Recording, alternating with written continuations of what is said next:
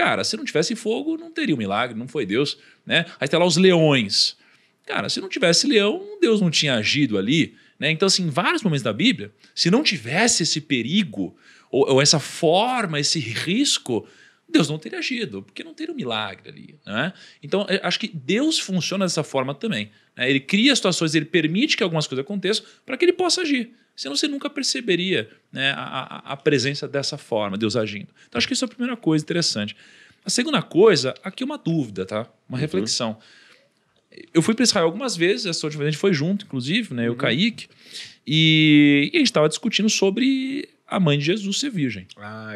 Né? E aí a gente estava com um judeu muito sábio, né, que estava nos instruindo, né, e já foi para Israel 400 vezes, eu acho, sei lá quantas vezes, muito interessante. E aí uma das coisas que ele falou, sob o ponto de vista judaico da coisa, é que Maria, mãe de Jesus, ela era virgem e não era. Aí eu, como assim? Aí ele falou, é o seguinte, ela era virgem, só que não o tipo de virgem que você está imaginando. Porque o que você está imaginando é que uma mulher virgem é uma mulher que nunca teve relações.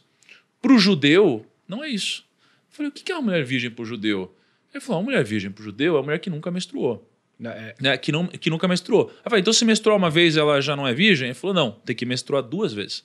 Acho que é então, 3. São 3 vezes? São 3 vezes, tem que provar 3 vezes que é um ciclo, a cada 28 dias ela sangrou. Então tudo bem, então assim, 3 vezes ela tem que menstruar. Então se ela menstruou uma vez, ela ainda é virgem.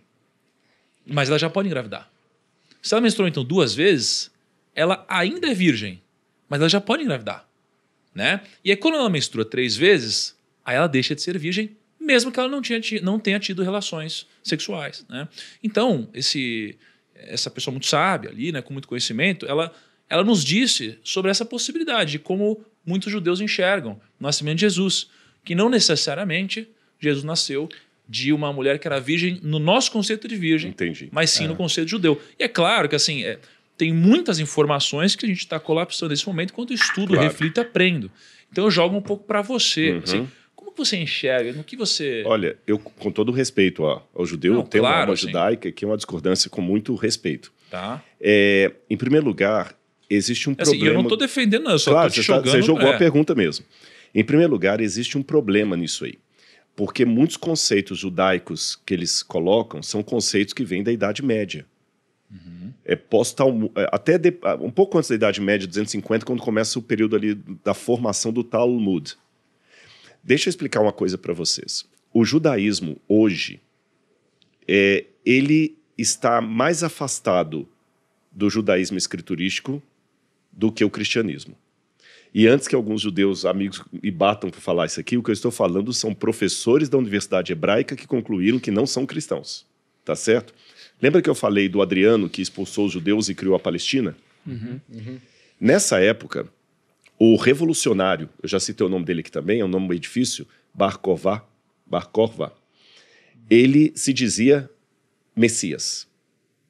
E existia na época um grande rabino judeu famosérrimo, chamado Ravi Akiva. E o Akiva, ele estava com um problema muito sério na mão, porque muitos judeus estavam se tornando cristãos. Não judeus messiânicos, cristãos mesmo. Passando a aceitar que Jesus era o Messias. E ele tinha que fazer alguma coisa. E como o homem mais influente da época, ele fez 2 coisas. Em primeiro lugar, ele reconheceu que Bar Kokhba era o Messias. Coisa que a gente sabe que não era. E segundo, ele juntou as fontes ali, isso influenciou demais o Talmud também, e começou a criar um tipo de judaísmo para refutar a pregação do apóstolo Paulo. E ao criar um tipo de judaísmo para refutar a pregação de Paulo, criou-se um judaísmo com regras que estavam se distanciando das escrituras.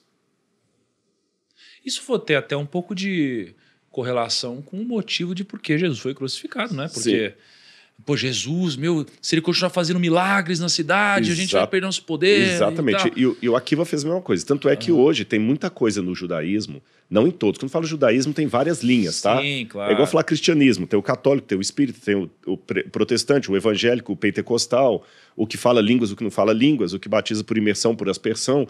Cristianismo é uma forma meio assim, generalizada. Então, o judaísmo também é generalizado. Mas, de maneira geral, você tem linhas judaicas que acendem vela para anjo, que faz oração para morto, coisa que a Bíblia proíbe. Tem linhas judaicas que acreditam em horóscopo, e tudo isso não é bíblico, mas é judaico. Eu estou falando de judeus com paiote, com vestido de preto e tudo mais e tal, que não são princípios bíblicos. E nessa aí, criou-se também algumas questões judaicas posteriores, principalmente Maimônides, Rashi e outros mais pós-Talmud aí, que a gente não pode afirmar que eram bíblicas. Eu vou dar uns 2 exemplos e aí eu vou direto na questão que você perguntou. Por exemplo, hoje o judeu verdadeiro é o filho de mãe judia. O filho de pai judeu não é judeu. O filho de mãe judia que é judeu. Sim. Mas será que essa... Isso mudou, né?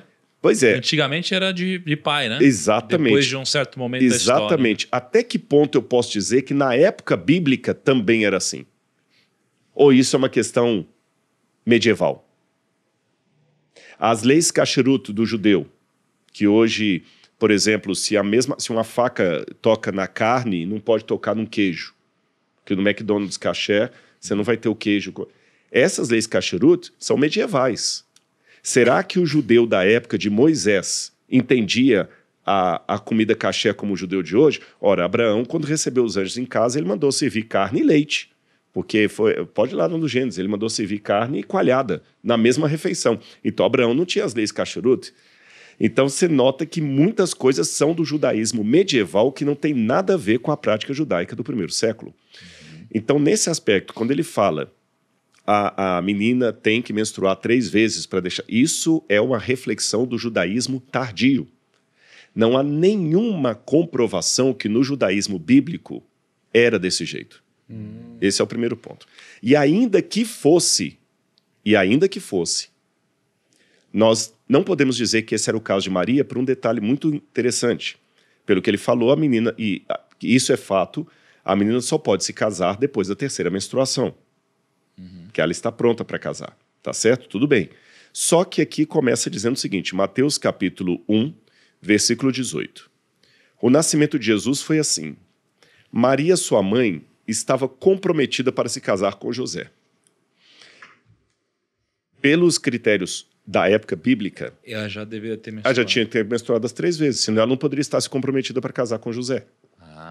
Esse daí é interessante, esse ponto. Então. Você entendeu? Ela já tinha menstruado as 3 vezes. E se a gente tivesse refutado ele lá em relação a isso, o que será que viria de resposta? Eu não sei. Você está entendendo? Então, assim, ela já estava com as 3 menstruações feitas lá. Já estava pronta para casar com José. Maria poderia ter os seus 13 anos de idade, isso é verdade.